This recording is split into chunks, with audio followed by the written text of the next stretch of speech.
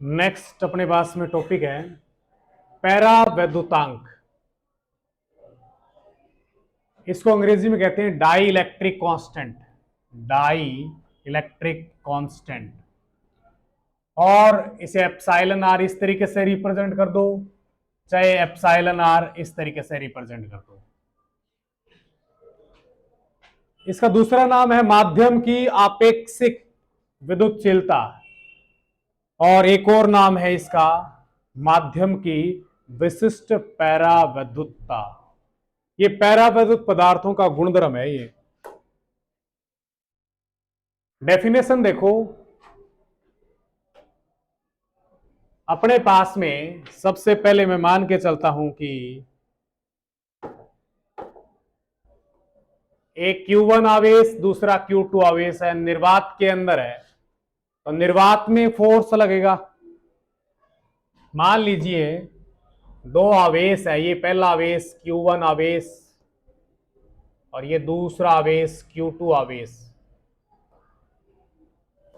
और बीच में दूरी R है, और निर्वात में जो लगने वाला फोर्स है वो मैं मान के चलता हूं कि 240 न्यूटन फोर्स है। निर्वात के अंदर 240 न्यूटन फोर्स है, ठीक है। अब मैं क्या करता हूं, इसके बीच में कोई मीडियम रख दिया, इसके बीच में कोई मीडियम रख दिया, ये कोई मीडियम आ गया। जैसे इन दोनों के बीच में कोई मीडियम आएगा, मैं मान के चलता हूं कि मीडियम है, अपने पास में पानी है। पानी यानी पानी के लिए जो एप्सिलॉन आर की जो वैल्यू है वो 80 होती है, लेकिन इसको तो डिफाइन करना है। अब जब देखा कि दोनों आवेशों के बीच में फोर्स कितना लग रहा है, तो फोर्स की वैल्यू मेरे पास में प्राप्त हुई कितनी, 3 न्यूटन प्राप्त हुई। पहले मेरे पास में दोनों आवेशों के बीच निर्वात में 240 न्यूटन थी, और अब मीडियम आ गया यानी बीच में पानी रख दिया। पानी रखने के बाद में फोर्स की वैल्यू 3 न्यूटन है, तो कितना गुणा कम हो गया, 80 गुणा कम। 3 को अगर 80 से गुणा करूं ना, 3 को अगर 80 से गुणा करता हूं तो मेरे पास में 240 न्यूटन आ जाएगा। तो 80 गुणा कम हो चुका है। जितने गुणा कम होता है ना, वही अंक पैरावैद्युतांक कहलाएगा।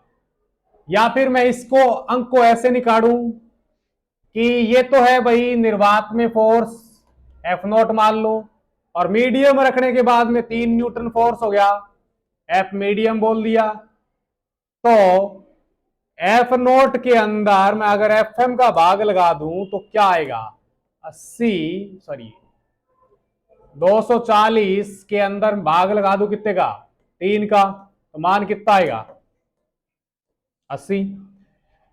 निर्वात में बल और माध्यम में बल का जो अनुपात आता है ना, वही अंक क्या है, पैरावैद्युतांक है।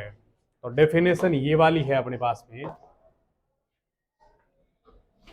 किन्हीं दो आवेशों के मध्य निर्वात में लगने वाला या लगने वाले बल तथा माध्यम के अंदर लगने वाले बल का रेशो का अनुपात पैरावैद्युतांक कहलाता है। और पैरावैद्युतांक एप्सिलॉन आर से इंगित करते हैं। एप्सिलॉन आर बराबर में क्या लिखेंगे, F0 बटा में FM। या फिर दूसरी डेफिनेशन देखते हैं, तो दूसरी डेफिनेशन अपने पास में किन्हीं दो आवेशों के मध्य लगने वाला माध्यम में बल निर्वात माध्यम की अपेक्षा जितना गुना कम प्राप्त होता है, पैरावैद्युतांक कहलाता है। ठीक है, अब देखो मैथमेटिकल अप्रोच कर रखा है।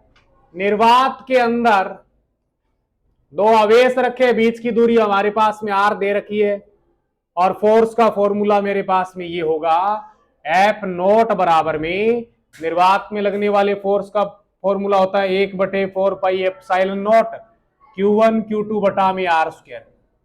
ये निर्वात का बल है।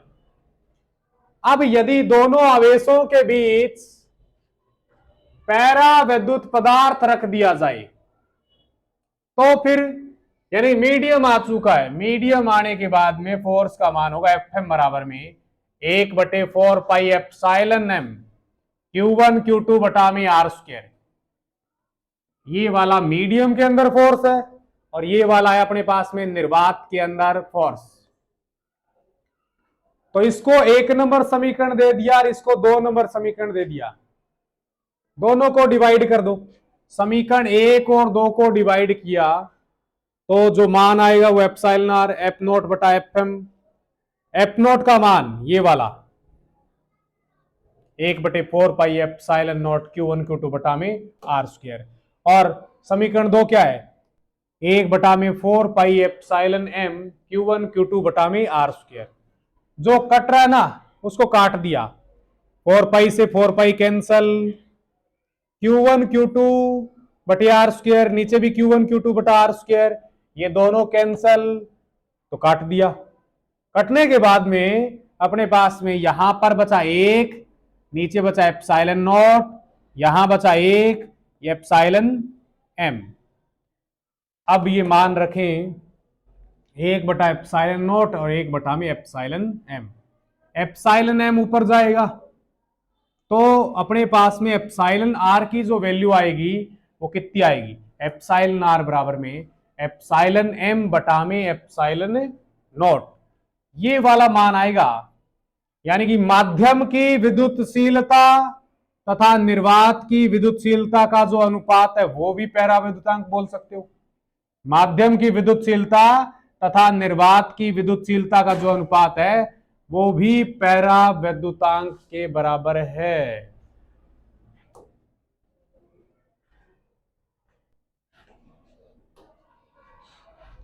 अब देखो पैरा विद्युतांक जो अपने पास में एप्सिलॉन आर है उसका अलग अलग मीडियम के लिए अलग अलग मान होता है।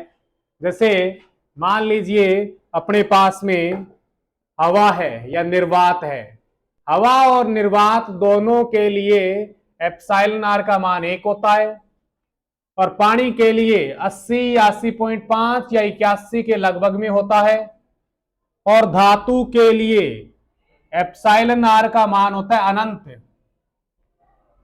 धातु के अंदर सोना चांदी एल्यूमिनियम इस तरीके से आपने कह सकते हैं। तो धातु का पैरा विद्युतांक इनफाइनाइट होता है। एप्सिलॉन आर का मात्रक की अगर बात करें, एप्सिलॉन आर बराबर में था एफ नोट बटा में एफ एम। एफ नोट निर्वात में बल है, एफ एम माध्यम में बल है, ये भी बल है और ये वाला भी बल है, दोनों न्यूटन न्यूटन के अंदर होंगे, कैंसल होंगे तो एप्सिलॉन आर मात्रकहीन होगा, एप्सिलॉन आर विमाहीन अंक भी होगा।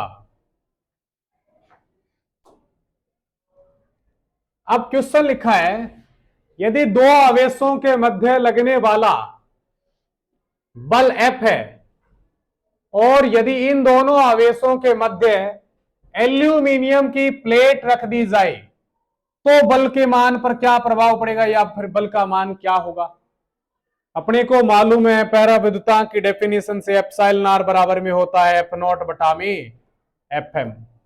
मेरे को मीडियम में फोर्स की वैल्यू चाहिए तो एफ मीडियम की वैल्यू क्या आएगी, ये वाला इधर ये वाला इधर, तो एफ एम का मान आएगा एफ नॉट बटा में एप्सिलॉन आर और फोर्स का मान दे रखा है कितना एफ, तो यहां पर एफ लिख दिया। और एल्यूमिनियम एक प्रकार की धातु है और धातु का पैरा विद्युतांक कितना इनफाइनाइट। किसी भी संख्या में इनफाइनाइट का भाग लगाएंगे तो क्या आएगा 0 न्यूटन, बल का मात्रक न्यूटन। एक छोटा सा प्रश्न है, पैरा विद्युत माध्यम रखने पर बल के मान पर क्या प्रभाव पड़ेगा। यदि दो आवेशों के मध्य पैरा विद्युत माध्यम रख दिया जाए तो फोर्स के मान पर क्या प्रभाव पड़ेगा। मीडियम अगर रखेंगे ना तो विद्युत जो बल है, यहां पर विद्युत बल है, विद्युत बल कम हो जाता है चाहे किसी प्रकार का मीडियम रखें, विद्युत बल का मान क्या होता है? कम होता है। तो पैरा विद्युत माध्यम रखने पर फोर्स के मान पर क्या प्रभाव पड़ेगा? कम हो जाएगा।